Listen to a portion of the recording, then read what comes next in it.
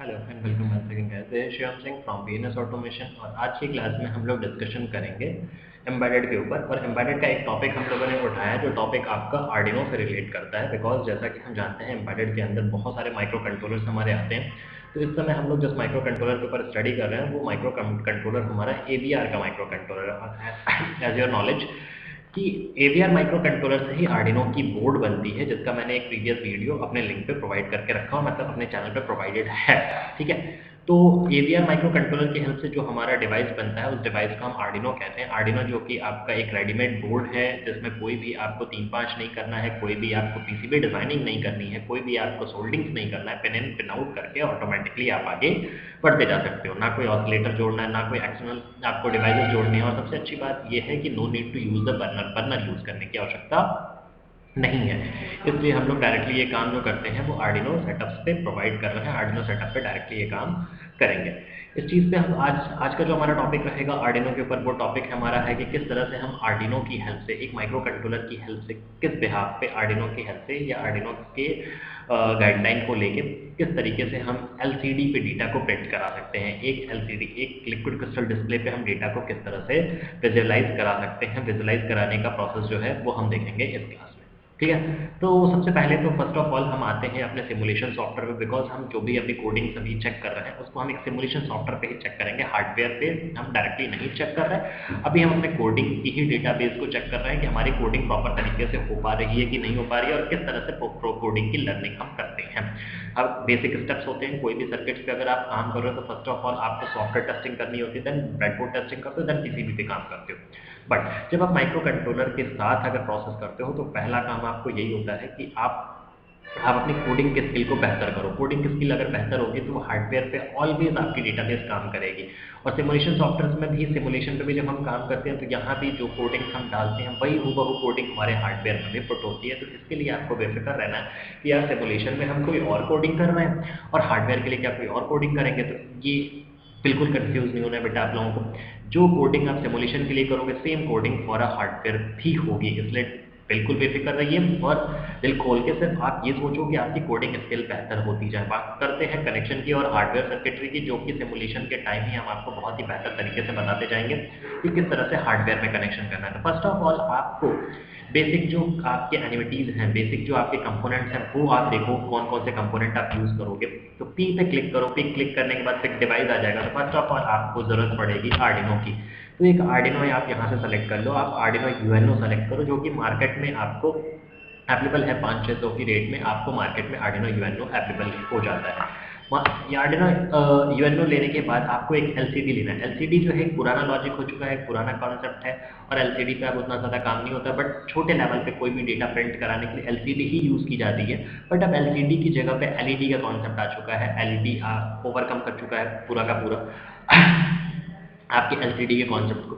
But coding के skills को समझने के लिए, कोडिंग के लॉजिक्स को समझने के लिए, किस तरह से हम डेटा को प्रिंट कराएंगे, छोटे लेवल पे अगर छोटे प्रोजेक्ट्स पे हम काम करते हैं तो वहाँ हम एलईडी नहीं लगा सकते, कॉस्टली भी पड़ जाता है, और प्लस उसकी कोडिंग भी बहुत ही 3-5 वाली पड़ जाती है, बहुत ही कॉम्प्लेक्स पड़ जाती है। तो एलसीडी पे ही काम किया जाता है। तो एलसीडी पे किस तरह से हम कनेक्शन करेंगे। बाकी एलईडी पे किस तरह से डिस्प्ले कराया जाता है, एलईडी पे किस तरह से डेटाबेस को नोट कराया जाता है। आप लोगों ने शादियों में देखा होगा, आप कहीं शादी में जाते हो वहाँ पे एलईडी का एक पैनल लगा रहता है जिसमें वेलकम्स वगैरह लिख के आते हैं, लड़के लड़के का नाम लिख के आता है। तो वो किस तरह से उस पर काम किया जाता है, किस तरह से उस पर डेटाबेस सेट किया जाता है, किस तरह से उस पर नाम फीड होते हैं, कैसे वो एक एक फॉन्ट्स को या एक एक एलईडी को ग्लो करके या डिफरेंट डिफरेंट एलईडी के पैटर्न्स को ऑन करके किस तरह से वो किसी एक वर्ड को लिखवा देते हैं। ये सारी चीज़ें हम आगे आने वाली क्लासेस में डिस्कशन करेंगे। बट आज हमारा जो मेन कॉन्सेप्ट है वो ये है, how it is possible by using a coding to make a LCD glow या LCD written form by using a Arduino. Arduino से कैसे हम एलसीडी को एक रिटन फॉर्म में लेके आ रहे हैं। पहली चीज़ जो हमने यहाँ पे सेलेक्ट की वो आर्डिनो सेलेक्ट किया। नेक्स्ट हमारा जो कॉन्सेप्ट है वो हम एलसीडी सेलेक्ट करेंगे। तो एलसीडी यहाँ पे हम लिखेंगे। और बेटा एलसीडी हमें जो यूज़ करनी है, एलसीडी हमें यूज़ करनी है 16x2 की। 16x2 का मतलब एक चीज़ और समझ लीजिए क्या होता है 16x2। 16x2 alpha numeric LCD मैंने यूज़ की है। इट मीन्स दैट इसमें 16 कॉलम होंगे। ठीक है, 1 2 3 4 5 6 7 8 9 10 अप टू 16 कॉलम्स होंगे और 2 रो होंगे, first row second row. Clear, अभी आपको चीज़ें बेटरली देखने को मिल जाएंगी जैसे हम ऐड ऑन करेंगे over the worksheet page. LCD के बाद हमें चाहिए इसमें एक पोटेंशियोमीटर, जिसके लिए हम लिखेंगे पॉड डैश HG। पोटेंशियोमीटर लेने के लिए आपको POT-HG लिखना है। इस सॉफ्टवेयर के बारे में जब तक आप क्लियर नहीं होते हो, जिन बच्चों को ये डाउट है या जो बच्चे अभी फर्स्ट टाइम इस वीडियो को देख रहे हैं या फर्स्ट टाइम इस सॉफ्टवेयर के प्रोसेस को देख रहे हैं, उन्हें थोड़ी सी दिक्कत होगी कि इस सॉफ्टवेयर में सर किस तरह से चीज़ों को पिक कर रहे हैं, किस तरह से चीज़ों को ऐड ऑन कर रहे हैं। तो सबसे पहले आप यही जानो बेटा, पोटेंशियोमीटर ऐड कर दें, ठीक है। सबसे पहले बेटा आप यही जानो कि इस सॉफ्टवेयर का जो लिंक होगा वो हम आपको डिस्क्रिप्शन बॉक्स में दे देंगे। अगर आप लिंक नहीं ले पा रहे हो तो आपको मेरा नंबर डिस्क्रिप्शन बॉक्स में मिल जाएगा, वहाँ से आप मेरे नंबर पे टेलीग्राम करिए। टेलीग्राम करने के बाद हम आपको सॉफ्टवेयर का सेटअप भेज देंगे, इंस्टॉलेशन प्रोसेस आपको मिल जाएगा। इंस्टॉलेशन प्रोसेस को आप प्रॉपर इंस्टॉल कर लो। इंस्टॉल करने के बाद ये पेज आपको खुल के मिल जाएगी। इस पेज पे ही आपको सारे सेटलमेंट करने हैं, सारे कनेक्शंस करने हैं। उन्हीं कनेक्शन पे आप अपने कोडिंग को डाल के चेक करोगे, ठीक है। अब उन कनेक्शंस को करने के लिए आप कौन कौन से कंपोनेंट को यूज़ करोगे, कैसे कैसे यूज़ करोगे, कौन कौन से कंपोनेंट आप ऐड करोगे। तो जब आप ऐड करना होगा तो आपको प्रोटियस की मेन लाइब्रेरी से अपनी लाइब्रेरी में कंपोनेंट को ऐड करना होगा। तो ये आपकी लाइब्रेरी है वाइट वाला स्पेस, और हमने क्या किया, हमने 3 कंपोनेंट्स को मेन लाइब्रेरी से यहाँ ऐड किया। तो मेन लाइब्रेरी से कंपोनेंट को ले आने के लिए क्या किया जाता है, P, ठीक है। या तो P यहाँ से क्लिक कर दो या तो अपने कीबोर्ड से P क्लिक कर दो। P क्लिक किया, अब जो भी कंपोनेंट लेना, सपोज दैट आपको बैटरी लेना है, बैटरी लिखो, बैटरी, ठीक है। मान लो आपको फर्स्ट बैटरी आपको यूज करनी है, जैसे देखो जो भी यहाँ पे डिवाइस आपके सेलेक्ट होती है उसकी फोटो यहाँ आ जाती है, तो आपको यही वाली बैटरी यूज करनी है। डबल क्लिक करोगे, बैटरी ऐड हो गया आपके साथ, क्लियर। ये एक बेसिक प्रोसेस है, बेसिक कॉन्सेप्ट है, किस तरह से हम कंपोनेंट्स को अपनी लाइब्रेरी में ऐड ऑन करेंगे, कितना क्लियर। नेक्स्ट आते हैं कनेक्शन। कनेक्शन के लिए देखो सबसे पहले हमें एक आर्डिनो की नीड है, आर्डिनो ले लिया। और अब LCD की बात कर लेते हैं, यहाँ पे एक LCD ले लेते हैं, LCD यहाँ लिया। देखो अब बेटा इसमें ध्यान रखना, इस LCD में कॉन्सेप्ट क्या है, इस LCD में 16 कॉलम है और 2 रो है। 2 रो का मतलब एक ऊपर का ये हिस्सा एक रो कहलाता है और नीचे का हिस्सा दूसरा रो कहलाता है। अगर हमें छोटा अमाउंट ऑफ डेटा प्रिंट कराना है, छोटा अमाउंट ऑफ डेटा लिखवाना है इसके ऊपर, तो हम छोटी LED लेंगे 16x2 की। लेकिन वही अगर हमें सपोज दैट, फिर से P पे आते हैं, LCD लिखते हैं, अगर हमें बड़ा डेटा प्रिंट कराना है तो हम क्या कर लेंगे, 32x2 की ले लेंगे, जिसकी LCD की साइज जो होगी, चौड़ाई नहीं लंबाई बढ़ जाएगी। 40x2 की लेंगे और लंबाई बढ़ जाएगी। 16x4 की लोगे तो चौड़ाई बढ़ जाएगी, ठीक है। तो जितना ज़्यादा आपको डेटा प्रिंट कराना है, अगर आपको लगता है कि आपको बहुत बड़े बड़े डेटा को प्रिंट कराना है, तो आप अपने रो और कॉलम को इंक्रीज करते जाओ। अगर आपको लगता है नहीं यार मेरा इतने में ही काम हो जाएगा, तो रो और कॉलम को इंक्रीज ना करो, ओके। तो ये हमारे बेसिक्स जो डिटेलिंग थी वो LCD की थी। तो LCD जो हम लोगों ने अपने इस प्रोजेक्ट में यूज़ की है फॉर लर्निंग प्रोसेस के लिए, और LCD की कोडिंग कैसे करेंगे तो उसके लिए हम लोगों ने जो बेटा यूज़ किया है वो हमने 16x2 यूज़ किया है, क्लियर।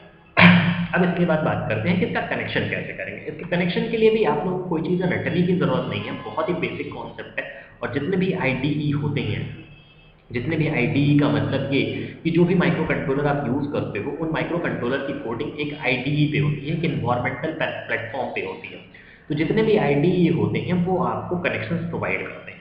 उनमें कनेक्शंस आपको इनबिल्ट मिलते हैं कि ऐसे ऐसे कनेक्शन करना है। जैसे अगर आप एक माइक्रो कंट्रोलर पे कर रहे हो तो माइक्रो C जो उसका IDE है वो आपको कॉन्सेप्ट प्रोवाइड करता है कि ऐसे ऐसे कनेक्शंस करने हैं। उसी तरह से आर्डिनो पे जब आप काम करते हो तो आर्डिनो की जो IDE है, आर्डिनो IDE, जो कि आपकी ये है, ये भी सॉफ्टवेयर आपको डिस्क्रिप्शन बॉक्स में मेरे से लिंक दे दिया जाएगा।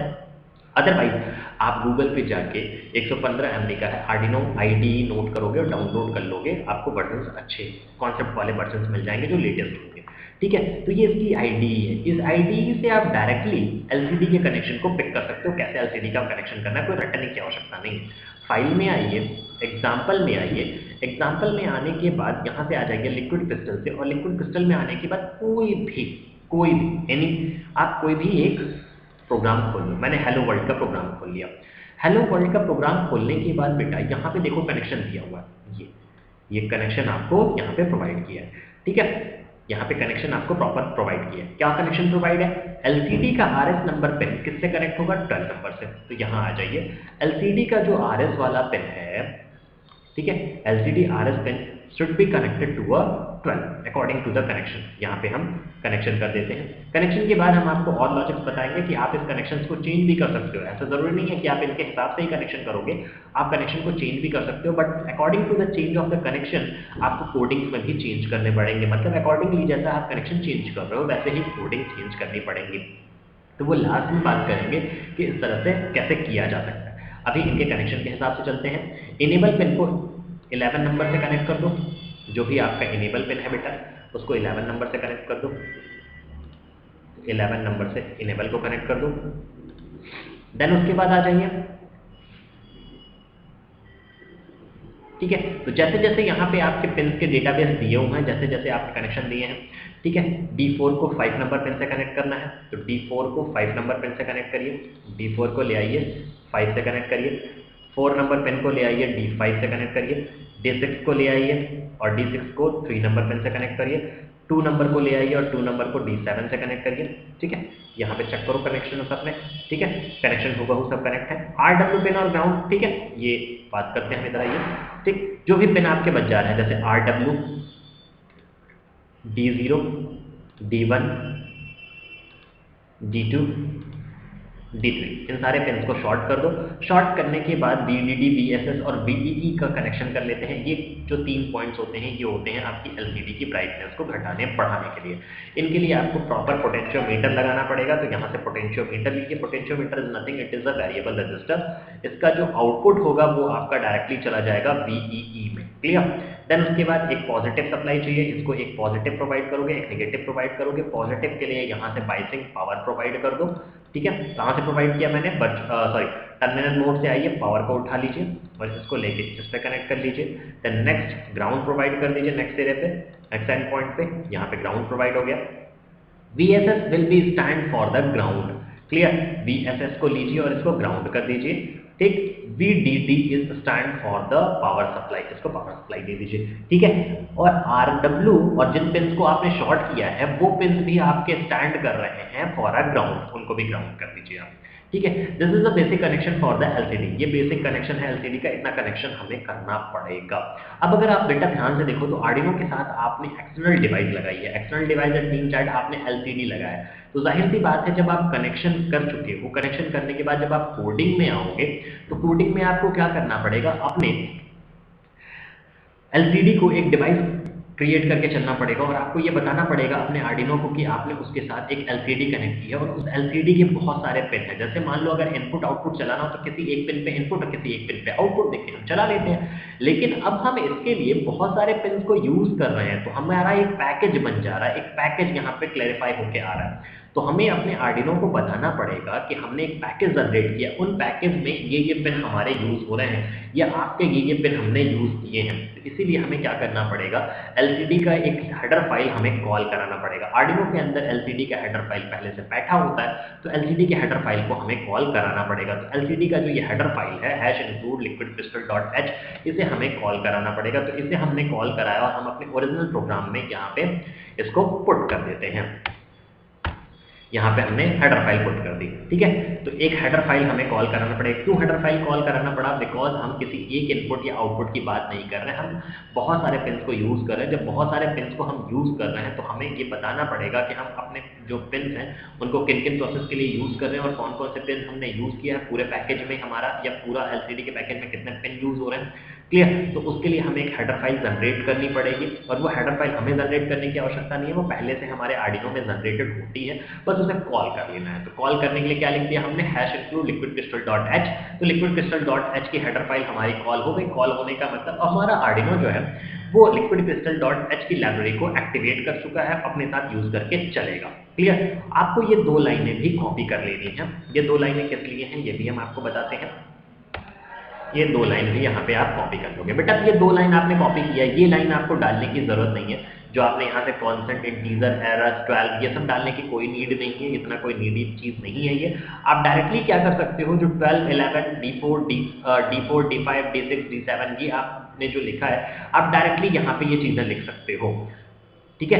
12 नंबर यहाँ डाल दो, यहाँ 11 डाल दो, यहाँ 5 डाल दो, यहाँ 4 डाल दो, यहाँ 3 डाल दो, यहाँ 2 डाल दो। आप डायरेक्टली ये चीजें पुट कर सकते हो। नो नीड टू क्लियरिफाई और no need to declare the constant integer. But अगर कांस्टेंट इंटीजर इन्होंने डिक्लेयर कर दिया है तो आप ये समझो यहाँ पे ये कहने की कोशिश की जा रही है, यहाँ पे कोशिश ये हो रही है कहने की कि हमने इन पिन को यूज किया है, क्लियर। यहाँ पे ये बताया जा रहा है कि हमने इन पिन को यूज किया है, क्लियर। तो किस सीक्वेंस में यूज किया है, सबसे पहले आपको RS वाले पिन का बताना पड़ेगा। तो अगर आप चाहते कि आप ये कांस्टेंट इंटीजर वाली लाइन नहीं रखना चाहते हो, इसको हटाना चाहते हो, तो इसको हटा दो। तो आप यहाँ क्या डिक्लेयर करोगे, लिक्विड क्रिस्टल एलसीडी। एलसीडी क्यों लिखा गया? इस एलसीडी के लिखने का मतलब होल प्रोग्राम में हम लिक्विड क्रिस्टल को किस नाम से जानेंगे? अब एलसीडी के नाम से जानेंगे। तो ये कॉन्सेप्ट हम लोगों ने लिया, जो होल प्रोग्राम में हम अपने पूरे प्रोग्राम में लिक्विड क्रिस्टल को किस नाम से कॉल कराएंगे? एलसीडी से कॉल कराएंगे। अब उसके बाद हमें ये बताना है कि हमने कौन कौन से पिन को यूज किया है। तो आरएस की जगह आप 12 लिख सकते थे, EN की जगह आप 11 लिख सकते थे, D4 की जगह आप 5 लिख सकते थे, D5 की जगह आप 4 लिख सकते थे, D6 की जगह 3 लिख सकते थे, D7 की जगह 2 लिख सकते थे। तो आप इस तरह से डिक्लेयर कर सकते थे आपने ये पिन यूज किए। लेकिन सीक्वेंस हमेशा क्या होगा? सीक्वेंस हमेशा RS पिन का जो नंबर होगा वो डिक्लेयर होगा, EN उसके बाद डिक्लेयर होगा, फिर D4, फिर D5, फिर D6, फिर D7। क्लियर? तो इन्होंने सीक्वेंस को ही डायरेक्टली हमें दे दिया, सीक्वेंस के हिसाब से ही लिख दिया और एक लाइन एक्स्ट्रा कर दी उन्होंने कांस्टेंट इंटीजर के तौर पे, मतलब इन्होंने सारे पिन को एक कांस्टेंट वैल्यू के तौर पे डिक्लेयर कर लिया। क्लियर? तो आप अगर चाहो तो इन नंबर को भी डायरेक्टली लिख सकते हो, 12, 11, 5, 4, 3, 2 ऐसे लिख सकते हो, या फिर जैसा इन्होंने डिक्लेयर किया है, मतलब इन्होंने सब सारे RS12 को एक इंटीजर घोषित कर दिया है, EN को 11 नंबर एक इंटीजर घोषित कर दिया है, D4 को 5 नंबर इन्होंने डिक्लेरेशन कर दिया है। क्लियर? तो लिक्विड क्रिस्टल, ठीक, तो लिक्विड क्रिस्टल हेडर फाइल को कॉल करा ली। हेडर फाइल को कॉल कराने के बाद जिस पिन पे हमने डिक्लेरेशन किया है, जिस पिन को हमने कनेक्ट किया है, उस पिन को हमने कांस्टेंट इंटीजर घोषित कर दिया। कांस्टेंट इंटीजर घोषित करने के बाद लिक्विड क्रिस्टल को हम किस नाम से होल प्रोग्राम में बुलाएंगे? तो वो नाम हमने दे दिया एलसीडी। और कौन कौन से पिन को हमने यूज किया, उन पिन का सीक्वेंस हमको लिखना है किस पैटर्न में? पहले RS, फिर EN, फिर D4, फिर D5, फिर D6, फिर D7। क्लियर? अगर कांस्टेंट इंटीजर आप नहीं लगाते तो डायरेक्ट 12, 11, 5, 4, 3, 2, 1, 2 लिख सकते थे। क्लियर? तो इतना आपने पहले डिक्लेयर कर लिया। और जैसा कि हम जानते हैं आर्डिनो की जो आईडीई होती है उसमें ऑलवेज जो भी हमारी हेडर फाइल होती है या जो भी हम नई चीजें लेते हैं वो ऑलवेज वॉइड सेटअप के ऊपर डिक्लेयर किया जाता है। वॉइड सेटअप के अंदर में कौन डिक्लेयर होता है? वॉइड सेटअप के अंदर जो भी हमारा आर्डिनो का पार्ट होता है वही डिक्लेयर होता है, अदरवाइज कोई डिक्लेयर नहीं होता है। ठीक है? अब यहाँ आइए और देखिए कोडिंग में, तो इन्होंने वॉइड सेटअप के अंदर क्या डिक्लेयर किया है? बस ये डिक्लेयर किया है कि आपने क्या कनेक्ट किया इनके साथ? एलसीडी कनेक्ट की है। तो इन्होंने सिर्फ ये डिक्लेयर किया है कि आपने मेरे साथ क्या ऐड किया है? सिर्फ एलसीडी ऐड की है। तो यहाँ पे सिर्फ ये बताया जाएगा कि हमने एक एलसीडी ऐड की है, जिस एलसीडी का साइज क्या है? 16x2, 16 कॉलम है और 2 रो है। ऑलवेज जब भी आप आर्डिनो में काम करोगे, आर्डिनो आईडीई में काम करोगे, तो पहले कॉलम डिक्लेयर होता है, देन रो डिक्लेयर होता है। लेकिन आप ओरिजिनल माइक्रो कंट्रोलर्स पे अगर काम करते हो, ओरिजिनल माइक्रो कंट्रोलर आईडीई पे काम करते हो, तो वहां पे पहले रो डिक्लेयर होता है, देन कॉलम डिक्लेयर होता है। तो यहाँ पे हमने क्या किया? एलसीडी बिगिन कर लिया, 16x2 की एलसीडी हमने बता दी। हेडर फाइल हमारे डिक्लेयर है, हेडर फाइल क्यों डिक्लेयर किया गया? तो फिर हम रिपीट करेंगे, because right now we are choosing external devices that will use a more than one pin at a time. That's why we are choosing a header file, because Arduino always have a header file for a LCD. LCD की header file उनके पास होती है, हमें उसे call कराना था, हमें उसे इंक्लूड करना था, तो हमने इंक्लूड कर लिया। फिर हमने पिन को भी इंक्लूड कर लिया, कौन कौन से पिन को हमने किस सीक्वेंस में लिया, और ऑलवेज सीक्वेंस हमारा RS2 D7 ही होना चाहिए। ठीक है? अब उसके बाद आते हैं कोडिंग नोट करते हैं। कोडिंग नोट करने के लिए हमें क्या करना है? यहाँ पे वॉइड सेटअप के अंदर सिर्फ हमें बताना है कि हमने एलसीडी किस साइज के लिए है। अब यहाँ पे कोड नोट करते हैं। कोड नोट करने के लिए हमें क्या डालना है? सबसे पहले बेटा ये डिसाइड करना है आपको कि आप कहाँ पे कोड कर रहे हो, मतलब कौन से रो,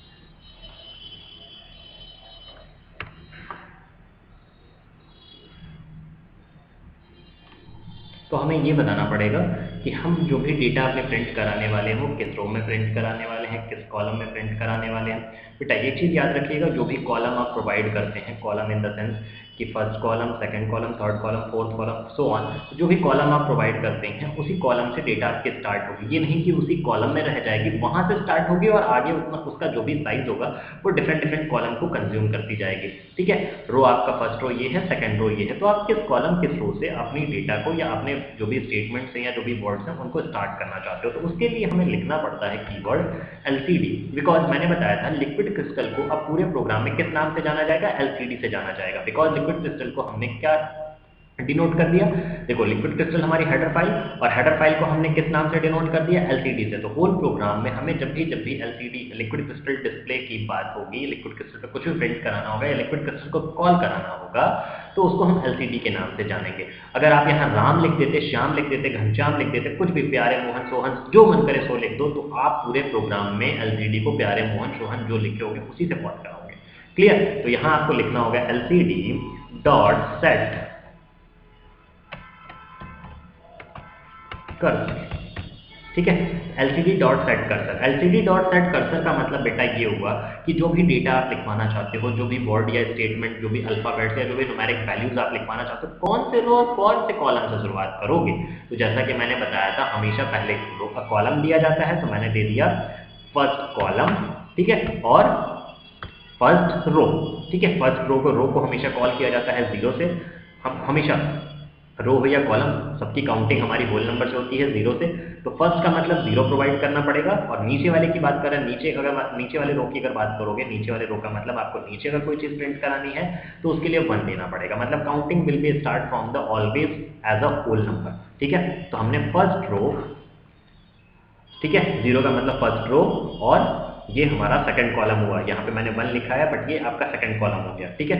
तो हमने ये सेट कर दिया, यहाँ से हमारा वर्ड जो है वो स्टार्ट होना चाहिए। देन उसके बाद हमें लिखवाना क्या है, तो वो लिख दीजिए एलसीडी डॉट, लिखवाने के लिए लिखना पड़ता है एलसीडी डॉट प्रिंट, और हमें क्या लिखवाना है कांस्टेंट, तो मुझे मान लो लिखवाना है, ठीक है, हेलो लिखवाना है। ये हेलो हमने डाल दिया। हेलो डालने के बाद ये जो भी हमने लिखा, जो भी हमारा स्टेटमेंट है या जो भी हमारा वर्ड है, वो कितने देर तक लिखा रहना चाहिए उसके ऊपर, तो हम यहाँ पे कर देते हैं डिले, और हम चाहते हैं कि 1000 ms तक, 1000 मिली सेकेंड तक लिखा रहना चाहिए। उसके बाद हम ये चाहते हैं कि जो भी हमने लिखा वो क्लियर हो जाए, वो साफ हो जाए। तो क्लियर करने के लिए जो कमांड है वो है एलसीडी डॉट CLEAR क्लियर, ठीक है। क्लियर करने का जो कमांड है वो है एलसीडी डॉट क्लियर। कितने देर तक क्लियर होके रहे, क्लियर होके आपका रहना है ये, डिले कर लो 1000 मिली सेकेंड तक, ठीक है। 1000 मिली सेकेंड तक वो क्लियर होके बैठा रहेगा। देन उसके बाद आप यहाँ से इसको वेरीफाई कराइए, क्लियर।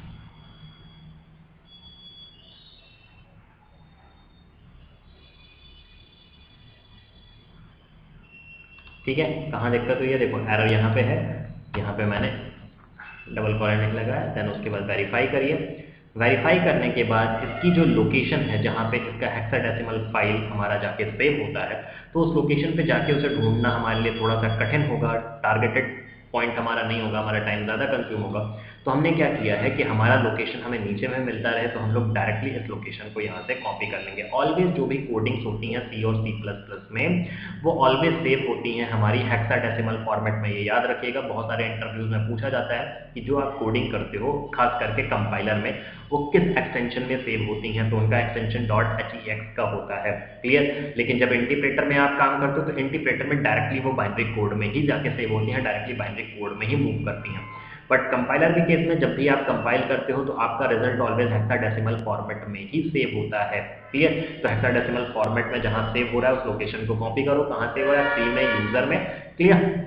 सेव करिए इसको, अपनी लोकेशन पे आइए, अपने सिमुलेशन पे आइए, जहां पे आपको इस कोडिंग को चेक करना है, डबल क्लिक करो आप इसके ऊपर, और जहां मैंने यहाँ अपलोड फाइल हेक्स का दिया है, यहाँ पे आके पेस्ट कर दो। मैंने एक बार कर रखा है, तो दोबारा करने की आवश्यकता नहीं है। ओके करिए, देन उसके बाद प्ले करिए। यहाँ जाके जैसे ही आप प्ले करते हो, देखो पहला आपका कॉलम छूटा हुआ है, पहले कॉलम के बाद ही तो वैल्यू लिख रही है। पहला कॉलम का मतलब क्या, 0 नंबर कॉलम, हमने 1 नंबर लिखा है, मतलब दूसरे से शुरू किया, तो ये हेलो आपका लिख के आ रहा है, क्लियर। अगर सपोज दैट हम कोई एडिटिंग करते हैं इसके अंदर, एडिटिंग इन द सेंस कि मैंने क्या कर दिया, 1,1 कर दिया, मतलब अब हम जो अपना डेटाबेस लिखवाना चाहते हैं वो कहाँ पे लिखवाना चाहते हैं, फर्स्ट कॉलम सेकंड रो, ठीक है, 1 का मतलब सेकंड रो, ठीक है, सेकंड रो में लिखवाना चाहते हैं। तो फिर से आप इसको वेरीफाई करिए, और बार बार आपको लोकेशन को कॉपी कट पेस्ट करने की जरूरत नहीं है, कॉपी पेस्ट करने की बार बार आवश्यकता नहीं है। ये जैसे ही आपका कंपाइल होगा, कंपाइल होने का मतलब ऑटोमेटिकली, अब ये मान के चलो आप